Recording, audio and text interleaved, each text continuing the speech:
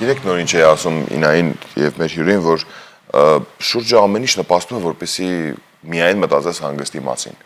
Եվ եթե չես կարողանում ժամանակին այդ հանգիստը կազմակերպել, ապա Սիրտը կանգնում է։ Սիրտդ լավ չի։ Սիրտը թուլանում է։ Իրականում շոկերին էլ ես հաճախ եմ թուլանում, շոկը մի քիչ դժվար եմ տանում ու ինձ թվում է հիմա ուր որ է սիրտս կկանգնի։ Բայց բացի այդ զգացողությունները իրականում վերջին տարիներին ընթացքում կտրուկ ավելացել է սիրտանոթային խնդիրները, բայց դրա զուգահեռ նաև շատ արագ զարգանում է բժշկությունը, թույլ տալով ավելի հեշտ ու արագ ճանապարհով լուծել մի շարք սիրտանոթային խնդիրներ։ Եվ Հենց այդ մասին էլ խոսելու ենք մեր հյուրի հետ, մեր տաղավարում է ինտերվենցիոն սրտաբան Դավիթ Հայրապետյանը, բարի լույս։ Բարի լույս։ Բարև ձեզ։ Շատ ուրախ ենք ձեզ այդ առավոտը սկսել։ Նմանապես, շնորհակալություն հրավերի Ինչպես համար։ եք ձեզ զգում։ Շատ լավ։ Գանգատներ ունեք սրտի հետ։ Սովորաբար դուք եք այս տեսակ տեքստով սկսում, հիմա մենք փորձեցինք զրուցել։ Չէ, շնորհակալություն, գանգատներ չունեմ, շատ լավ եմ։ Իսկ ինչպես սովորական մարդը հասկանա, որ իր մոտ ինչ-որ խնդիրներ կա։ Ինչ եմ դա ասում, որովհետև հիմա ինձ թվում է, որ ինձ մոտ ամեն ինչ լավ է, սրտի հետ ոչ մի խնդիր չունեմ, չգիտեմ, այդ շոկներ հիմա դա էլ դեռ չի այցելել, դեռ ամեն ինչ լավ է, ինձ թվում է ամեն ինչ լավ է։ Ու արի ուտես, որ մեկ էլ վուալյա, գալիս են մի շարք խնդիրներ։ Ինչ պետք է անենք, որպեսզի նախապես կարծես թե կանխենք այդ ամեն ինչը։ Շատ լավ, գիտեք ոնց հաճախ է լինում դեպքեր, երբ որ պացիենտը գանգատվներ ունի, հիվանդը գանգատներ ունի, շնչարգելությունից, հեվոցից, ֆիզիկական ակտիվության ժամանակ, երբեմն դա անտեսվում է, բայց իրականում դրա հիմքում ընկած է որոշակի հիվանդություններ, այսինքն սիրտանոթային հիվանդություններ, որը որ խորանում է ու կարողանա բերի ավելի բարդությունների առաջացմանը։ Այսինքն շնչարգելություն, հետկրծոսկրային դիսկոմֆորտ, ցավ, ճնշող զգացում, դա արդեն այն ախտանիշներն են, որ պետքա ուշադիր լինել եւ դիմել բժշկի դրա համար։ Եվ կարծում եմ առհասարակ պետք է բարբերաբար գնալ բժշկի։ Կարծում եմ, այո։ Ինչքան հաճախականություն պետք է տենց ինչ որ նորմատիվներ չկա, ինչքան հաճախականություն, տարին 1-ից 2 անգամ կարծում եմ ճիշտ կլինի, որ դիմել բժշկի։ Իսկ որ տարիքից սկսած Այստեղ ես մի քիչ բան կանեի, որովհետև տեսեք, եթե մենք մտածում ենք նախկինում, որ 30 տարեկան, 35 տարեկան այդքան կարելի է չդիմել բժշկի, բայց այսօր մենք հաճախ ենք տեսնում, որ սիրտանոթային հիվանդությունները բավականին երիտասարդացել են։ Այսինքն սուր ինֆարկտով, սրտի լուրջ խնդիրներով գալիս են պացիենտներ 30-35 տարեկան, այսինքն նշանակում է, որ այդ տարիքից սկսած մենք ցանկալի է տարին գոնե 1-ից 2 անգամ պրոֆիլակտիկ գնալ հետազոտվել։ Միֆ գոյություն ունի, ես այդ հարցը երջանիկ պատահականությամբ հանդիպել ենք եւ պիտի տամ։ Միֆ գոյություն ունի, իմ ընկերները հաճախ ասում են, որ ասում սիրտը ցավում է, ասում են սիրտը չի ցավում։ Կա նման բան, այսինքն դա մկանային զանգված է, սովորաբար ցավում է մկանը, բայց սիրտն ինքն իրեն չի ցավում երբեք։ Թե դա հուզական զգացողություններ ինչ որ սիրտս ցավում է։ Դե բայց կարող է իսկապես սիրտը Պատահական չի եկել այդ խոսքը, էլի։ Պատահական չի իհարկե, ցավ ասելով չի ասի, որ ցավ, բայց ճնշող զգացում, դիսկոմֆորտ դա արդեն անհանգստանալու բան է։ Բայց եթե օրինակ նշում է հիվանդ, առհասարակ ինչ որ մեկը նշում են ծակոց, խորը շնչելուց ծակեց կամ դիրքը փոխելուց ծակեց, երբեմն վերագրում են սրտին, բայց դա սրտից չի։ Սրտից չի փաստորեն։ Ծակոցա չէ։ Եվ առաջին սիմպտոմները սա էլի առիթից օգտվեմ։ Մեր բոլոր գանգատները գանք, այլ ասում են մեջքից է ավելի շուտ։ Թե դա էլ է։ Չէ, դա էլ չէ, երբեմն մենք տեսնում ենք օրինակ սուր ինֆարկտով հիվանդը գալիս է որովայնային ցավերով։ Դա կա որովայնային տիպն է, այսինքն ցավը եղել է որովայնում, մտածել է ստամոքսից է խնդիրը, բայց պարզվել է, որ դա սրտի խնդիր է եղել։ Այսինքն ինչ որ տիպիկ բան չկա, որ ասենք ստեղից է սկսում կամ մեջքից է սկսում, Այսինքն այդ նախնական ախտորոշումը, որ մարդիկ հստակ ինչ որ գործողություն չկա, որ ասենք, այ գիտես ինչ կա, եթե այս մատը ցաված, ուրեմն սիրտն է։ Չէ, դժվար։ Մասնավորապես կրծքավանդակի հատվածում, վերագրում եմ կրծքավանդակի հատվածում, երբ որ ցավ կա, մենք վերագրում ենք դա սրտին, ինչպես հասկանալ, որ կրծքավանդակի տվյալ հատվածում ցավը հենց սրտինն է։ Գիտեք ոնց, եթե ցավը օրինակ կախված չի դիրքից, այսինքն կապ չունի պարկած դիրքում կամ փոխությունից դիրքի, այդ ցավը կա։ Ցավը առաջանում օրինակ հանգիստ ժամանակ դիսկոմֆորտ է։ հաճախ տեսնում ենք, երբ որ մոնակ պացիենտը գանգատվում է ֆիզիկական թեթև ակտիվությունից աստիճան բարձրանալուց մի հարկ բարձրանում է, արդեն ինչ որ ճնշող զգացողություն ունի կրծքավանդակում, երբ որ կանգնում հանգստանում է, այդ գանգատը անցնում է։ Դա արդեն մեր համար որոշակի պարզ է, որ խնդիրը սրտից է, ոչ թե օրինակ ողնաշարից է կամ մկաներից է։ Դա արդեն մեր համար ախտորոշիչ նշանակություն ունի։ Շատ լավ, իսկ բարձր զարկերակային ճնշումը որքանով է վտանգավոր, եթե մարդը որևէ գանգատ չունի։ Զարկերակային հիպերտենզիան հենց դրանով է վատ հիվանդություն, որ հիվանդը կարող ընդհանրապես գանգատ չունենա։ Այսինքն իր համար 140, 150 կամ 160 ճնշումը լինի նորմալ։ Բայց դա բարդություններ կարող առաջանել, հաճախ ենք տեսնում օրինակ հիպերտոնիկ կրիզ 200-ը հասնում ճնշումը կամ ավել ու իր բարդություններով, այսինքն առաջացնում է բարդություններ ոչ միայն սիրտանոթային համակարգի, այլ նաև կենտրոնական յարդային համակարգի, այսինքն ինսուլտ կարող է առաջանալ, ինսուլտանման երևույթներ։ Դրա համար չափել ճնշումը հսկել, որպեսզի բարձր չլինի, դա կարևոր է։ Բայց կան մարդիկ, որոնք իրականում իծն է, ինչ որ մի քիչ ստանդարտից կամ նորմայից դուրս ճնշում ունեն։ Դա նորմալ է համարվում, թե չէ, դա էլ չէ։ Նորմալը դա 120-125 ճնշումն է, սիստոլիկ բարձր։ Բոլորի մոտ։ Բոլորի մոտ, հա։ Կա իհարկե, մարդիկ կան, որոնք որ ցածր են ճնշումը, հիպոտոնիկ ենք ասում, այսինքն 90, 100, դա իրանց համար նորմալ է։ Իրանց համար օրինակ 110-120 ճնշումն է աննորմալ, հա, բարձր։ Բայց սովորաբար ստանդարտները այդքան են։ Այսինքն դա այն ճնշումն է, որով որ օրգանիզմը նորմալ աշխատում է։ Իսկ ովքեր են ռիսկային խմբում։ Տարիքը, սեռը։ Սեռը ավելի շատ տղամարդիկ են սիրտանոթային հիվանդությունների հիվանդանում, հա։ Դուք փոխրուն սիրտ ունեք, ընդհանրում եմ։ Մեր սիրտը շատ խոցելի է։ Ներեք մեզ։ Հաճախ նաև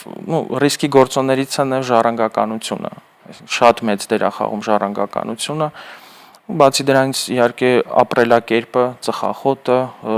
ալկոհոլի չարաշահումը, այդ ամեն ինչը ռիսկի գործոններ են համարվում։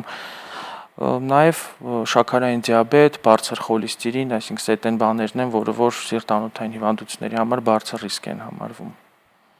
Սիրտանոթային հիվանդությունների մասին խոսելիս շատ կարևոր է երևի մատնանշել նաև ստրեսը, անքնությունը, որը մեր սերնդին բնորոշ հատկանիշներից մեկն է, մենք շատ քիչ ենք քնում եւ նստակյաց կյանքը, ինչպես են անդրադառնում այս բոլորը սիրտանոթային հիվանդությունների վրա եւ սրտի առողջության վրա։ Մենք միշտ նստած ենք։ Մենք նստած ենք։ Ալարում ենք, ալարենք։ Ներեք քայլում, ընդհանրապես չենք սիրում քայլել, այսինքն հիմնական որ տեսնում ենք երիտասարդները ինչով են զբաղված, համակարգչի դեմն են, օֆիսային գործեր, մանկան հեռախոսով, եթե կարճ տարածություն պետքա գնան, մենք ավելի շատ օգտվում ենք ավտոմեքենայից, քան թե ոտով գնալ քայլել։ Ու միշտ բոլորը ստրեսի մեջ են։ Հա, ու բոլորը ստրեսի մեջ են, անքնություն եւ այդ, ու այդ դրան գումարվում է նաեւ ոչ առողջ սնունդը, որ շատ հաճախ մենք օգտագործում ենք, այդ ամեն ինչը sense գումարվում է ու դառնում է սոցիալական մեդիան էլ վերջում թերթում ենք։ Ստրես է էլի այդ ամեն ինչը։ Ու այդ ամեն ինչը բերում է խնդիրների առաջացման։ Ինչ խնդիրներ են առաջանում եւ ինչպես փրկել մեր սիրտը։ Դե չեմ ուզում խոսեմ շատ բարդ խնդիրների մասին, սուր ինֆարկտի մասին կամ նման բաների, բայց շատ զուր է, խոսեք, որ մենք լսենք, վախենանք, ու մի քիչ ինչ-որ մի բան փոխենք մեր կյանքում։ Ճիշտ կլինի փոխելը, որովհետև էլի որ կրկնեմ, երիտասարդացել են խնդիրները։ Օրինակ ես որպես ինտերվենցիոն սրտաբան անցած շաբաթ եղելած տենտավորել եմ պացիենտին, որը որ 32 տարեկան էր։ Այսինքն դա շատ երիտասարդ է համարվում նման տարիքի համար, նման հիվանդության համար։ Դրա համար ճիշտ է հետևել ասվածը դա։ Եթե հստակ օրինակի օրինակ անամնեզը բացենք 32 տարեկանում ինչ ստրեսացին իրավիճակներից, թե նախադրյալներ կան։ Ժառանգականություն, որ շատ մեծ դեր էր խաղում, ժառանգականություն, նստակյաց կյանք, ծխախոտը, օրը 2 տուփ ծխախոտ ծխելը դա նորմալ չի արդեն։ Вообще նորմալ չի ծխելը, բայց երկուսը շատ է։ Դավիթ, եթե համարենք, որ ժառանգականությունը այս պարագայում չկա, դիցուկ եւ նախադրյալներ որպես այդպիսին այլ հիվանդություններ չկան։ Ստրեսից հնարավոր է ունենալ սիրտանոթային խնդիրներ եւ հասնել մինչեւ ինֆարկտ եւ ստենդավորում։ Դժվար, մեր սիրտը լավ պատրաստված է այդ ամեն ինչին, այսինքն ասենք որ ստրեսից կարող է խնդիր առաջանա, բայց իհարկե զերծ մնալ ստրեսից ու պահել շատ ավելի լավ կլինի։ Դուք խոսեցիք քիչ առաջ նաև սնունդից։ Առիթը բաց չթողնենք։ Արագ սնունդը բոլորս անընդհատ վազվզուկի մեջ ենք։ Մեր մամաներին միևնույն է, չենք լսում, տանը չենք սնվում, առողջ սնունդ չենք օգտագործում, մեզ ամենահեշտը արագ սնունդն է, որպեսզի շատ ժամանակ չկորցնենք, ու այդ արագ սնունդներն էլ ոչ միշտ են հանդիպում առողջ սնունդներ։ Դա ինչ կապ ունի մեր սիրտանոթային խնդիրների հետ։ Ինչով դա կարող է նպաստել վատ առումով մեր առողջությանը, սրտի հետ կապված։ Այսօր այդ սնունդների մեջ շատ տարբեր բաներ կան, հավելումներ կան սնունդի մեջ, որոնք որ իհարկե ազդում են անոթային համակարգի վրա, խոլեստերինի խնդիրները ունեն այսօր շատերը, այսինքն դա բերում է խոլեստերինի բարձրացմանը, նպաստում է խոլեստերինի բարձրացմանը, ինչը որ նաև համարվում է ռիսկի գործոն սիրտանոթային հիվանդությունների համար, այսինքն այդ ամեն ինչը sense մի հատ գումարային բան է ստեղծում, ռիսկ։ Շատ լավ, այսինքն այստեղից առողջ, այդքան որ մենք խոսում ենք առավոտ լուսոյի շրջանակներում, այդքան որ մեր հեռուստատողներին նաև առիթը բաց ենք թողում մեր գործընկերների շնորհիվ, տեսանյութերի շնորհիվ, որ առողջ ապրելակերպը շատ կարևոր է, առողջ սնունդը շատ կարևոր է։ Իդեպ այսօր Անուշին նույնպես մեր տաղավարում պետք է ողջունենք եւ նույնպես հետաքրքիր բաղադրատոմս կառաջարկենք։ Այս ամենը պատահական չէ եւ այո, ես էլ եմ շատ համաձայն մեր բժշկի հետ, որ հիվանդությունները ոչ միայն սիրտանոթային է եւ առհասարակ երիտասարդացել են եւ ամեն ինչ մեր ձեռքում է։ Բայց մենք նաեւ խոսենք, առաջարկում եմ այդ խնդիրները իր հերթին, բայց նաեւ բուժման տարբերակների մասին խոսենք, որովհետեւ բժշկությունը նույնպես շատ արագ զարգանում է եւ այս ուղղությամբ նույնպես ժամանակակից լուծումներ է առաջարկում։ Տեսեք, խնդիրները ոնց որ ոսկի ստանդարտը սիրտանոթային հիվանդությունների համար ախտորոշումների դա կարդիոգրաման է, էլեմենտար էլեկտրոսրտագրությունն է, էխոսրտագրությունն է, այսինքն դրանով մենք կարող ենք հասկանալ ունի խնդիր թե չէ։ Այսօր բավականին զարգացել է անոթների հետազոտությունը, օրինակ կատե անգիոգրաֆիա են կոչում, սրտի սնուցող զարկերակների կատե հետազոտությունը, նույն զարգացած մեթոդ է եւ հաճախ օգտագործում ենք երիտասարդ հիվանդների համար, այսինքն երբ որ պետք է ախտորոշել ունի խնդիր անոթի հետ թե չէ, անում ենք կատե անգիոգրաֆիան։ Ունենք նաև սրտի սնուցող զարկերակների կորոնարոգրաֆիան, այսինքն երբ որ ձեռքի զարկերակից կամ ոտքից մտնում ենք եւ նկարում ենք սրտի անոթները։ Այսինքն դա այսօր այն ժամանակակից մեթոդներից է, որոնք որ մենք ունենք եւ կարողանում ենք ախտորոշենք այս հիվանդությունը եւ եթե չեմ սխալվում, դա նույն ժողովրդի լեզվով ասած զոնդավորումն է։ Հա, զոնդավորումն է, անգամ լինում է ստենդավորումը։ Չէ, զոնդավորումը ժողովրդի մեջ է։ Հա, անգամ իրականում ինքը կորոնարոգրաֆիա կոչվում, սրտի սնուցող զարկերակների նկարելը, բայց երբ որ մարդը պացիենտին ասում ես կորոնարոգրաֆիա է պետք, մի քիչ ինքը վախում է, բայց որ ասում ենք զոնդավորումը արդեն ինքը գիտի այդ ինչի մասին է, դրա համար այդքան չեն վախում։ Ստենտավորումը դա արդեն միջամտություն է, այսինքն եթե մենք տեսնում ենք նեղացած անոթ, այդ դեպքում արդեն գնում ենք անոթի մեջ եւ բացում ենք ստենտով։ Դա արդեն միջամտություն է համարվում։ Հրաշալի, բայց կարծում եմ մենք պետք է առաջի հերթին մտածենք մեր առողջության մասին, որպեսզի երբեք չգնանք նրանց մոտ։ Որտեղ երբեք չհայտնվենք հիվանդանոցում եւ երբեւե բժշկի կարիքը չզգացվի,